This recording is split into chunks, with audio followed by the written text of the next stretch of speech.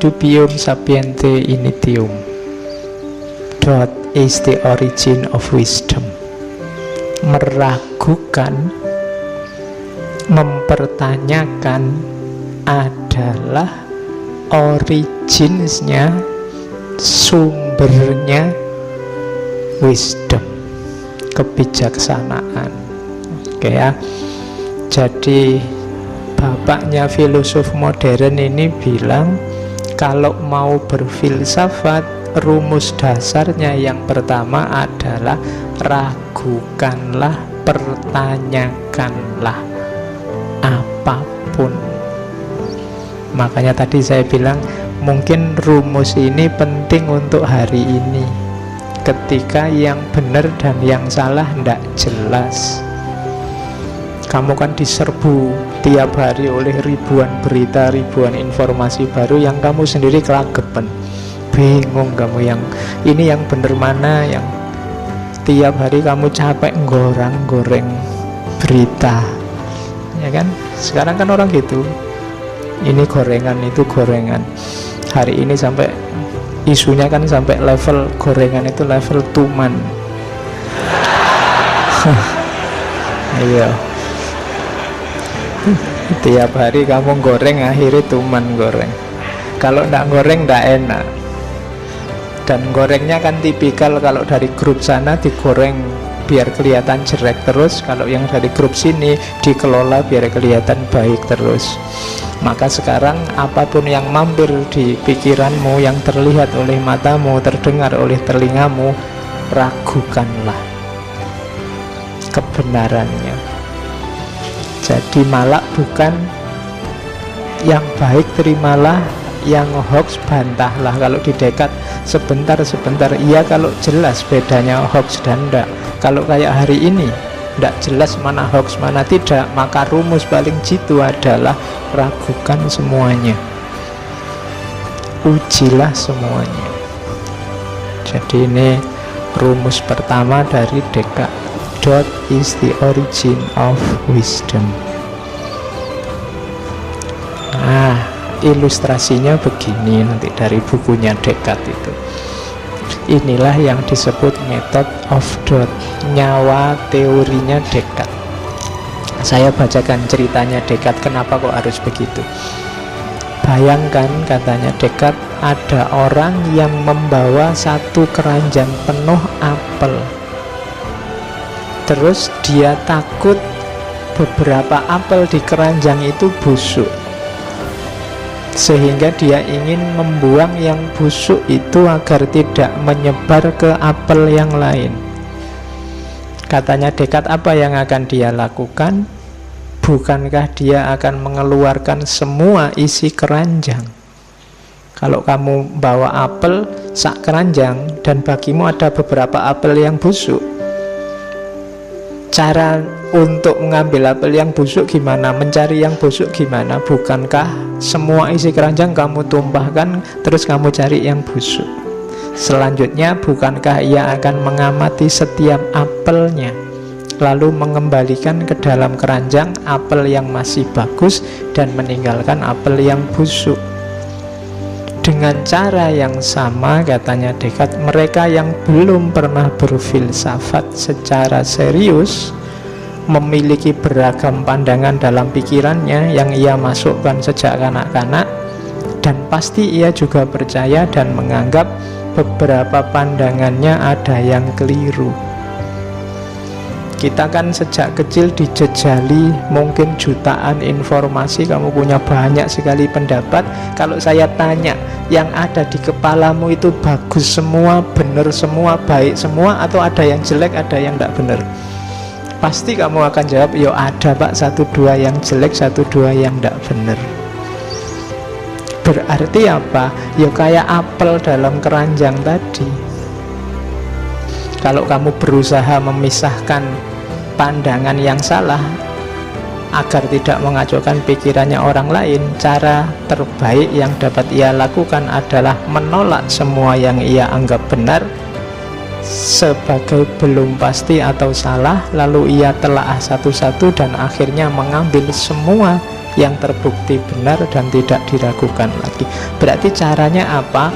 Kayak apel tadi, ditumpahkan semua, dipilih mana yang busuk, mana yang baik. Pikiranmu juga begitu, karena menurutmu ada beberapa yang salah, keliru, katanya Descartes. Ya sudah, tumpahkan semua sekarang. Ya tumpahkan itu bukan berarti dibuang. Pikiran bukan materi yang bisa dibuang, tapi berarti apa? Uji semua. Kenapa? Karena kayak apel busuk itu kan nular. Pikiran yang baik jejer pikiran yang jelek, itu kemungkinan besar yang tertulari yang baik jadi jelek. Isi pikiranmu bagus-bagus tapi ada 1-2 yang rusak. Itu yang rusak ini biasanya yang mempengaruhi yang bagus. Maka sortirlah, biar yang ada di kepala kita ini yang mantep-mantep saja, yang pasti-pasti benar saja. Dari situlah metode ini namanya method of doubt, metode meragukan. Oke, cuma untuk bisa begini butuh pemberani. Tidak sembarangan orang berani semacam ini, karena orang biasanya sudah terikat oleh kebenaran yang dia anggap pasti dalam hidupnya. Itu yang menurut saya sering jadi problem hari ini. Orang tidak berani menguji kebenarannya. Loh, yang diuji itu bukan yang salah, yang benar ini lo juga harus diuji. Makanya katanya Socrates, hidup yang tidak diuji itu hidup yang tidak ada artinya. An unexamined life is not worth living. Hidupmu tidak ada harganya kalau tidak diuji. Ketika kebenaran hidupmu tidak kamu uji, itu artinya kamu tidak paham tentang terhadap kebenaran itu. Setelah diuji kamu kan tahu, oh ini memang benar. Ketika belum kamu uji, itu berarti sebelumnya kamu hanya ikut-ikutan saja. Jadi yang pertama, method of doubt, ragukan semuanya, tidak satu-satu. Oke. Terus caranya gimana kemudian, Pak, milih yang benar mana yang busuk sampai ke yang pasti benar? Ini epistemologinya Descartes nanti yang dikenal dengan 4 aturan, 4 rules, 4 aturan berpikir. Kalau ini rumus-rumus generalnya, rumus umumnya. Yang pertama, jangan percaya apapun sampai terbukti kebenarannya. Ini yang nyawanya meragukan tadi. Caranya membuktikan kebenarannya gimana? Ya diuji. Cara mengujinya gimana? Yang pertama, analisislah setiap masalah dengan memilah semua bagiannya. Contohnya apa? Teh ini ada tehnya, ada tempatnya, ada tutupnya, ada tatakannya, ada dia diletakkan di mana, hubungannya sama saya, hubungannya sama kalian, kapan dia dikeluarkan, kapan nanti diambil lagi. Ini kan unsur-unsur yang ada hubungannya dengan teh ini. Kamu pilah-pilah semua, itu namanya analisis. Bagi yang nulis skripsi, nulis tesis, ketika ada perintah analisis lah, atau saya pakai metode analisis, Pak, itu berarti apa? Kamu keluarkan semua variabelnya, terus kamu lacak hubungan-hubungannya.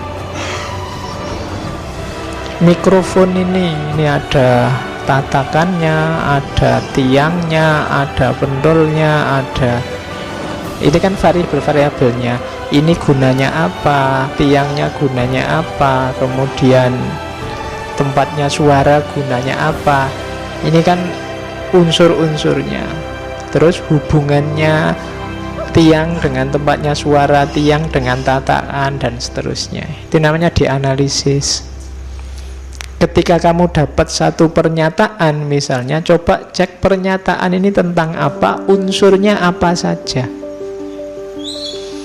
baik itu politik, budaya, sosial, ekonomi. Coba cek variabel-variabelnya.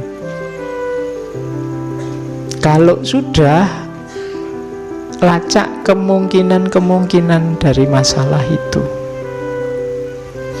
Oh, ini mungkin maksudnya A, oh ini mungkin maksudnya B, oh ini mungkin maksudnya C. Ini kemungkinan-kemungkinan. Orang ini tiba-tiba jam 12 malam kok WA terus tanya sudah tidur apa belum, misalnya. Itu kan masalah. Iya. Loh, pertama analisis variabelnya. Ini yang ngirim dia, kenal baru sebulan, rumahnya jauh di sana. Terus itu dianalisis. Terus kemungkinan-kemungkinan. Yang pertama mungkin iseng, mungkin dia lagi nganggur malam-malam gini. Yang kedua mungkin dia sedang punya kuota bonus yang baru eman-eman kalau nggak dihabiskan. Yang ketiga, ini kemungkinan-kemungkinan. Cari yang paling masuk akal. Jadi identifikasi kemungkinan-kemungkinan. Terus biasanya setiap masalah itu ada, katakan variabelnya banyak, selesaikan satu demi satu variabel itu. Temukan step by step, yang mulai yang paling mudah sampai yang paling sukar. Oh, ini yang jelas aku kenal dia. Kemudian apakah dia senang apa enggak, itu langkah selanjutnya. Terus WA-nya ini maksudnya apa. Jadi yang paling mudah sampai yang paling sukar diurut, selesaikan satu-satu. Jadi kalau ada masalah, cara menyelesaikannya level. Itu metode yang ditawarkan oleh Descartes. Ini nanti menginspirasi lahirnya metode ilmiah, penelitian-penelitian di dunia modern. Jadi ini basisnya nanti yang kita kenal sebagai metode ilmiah.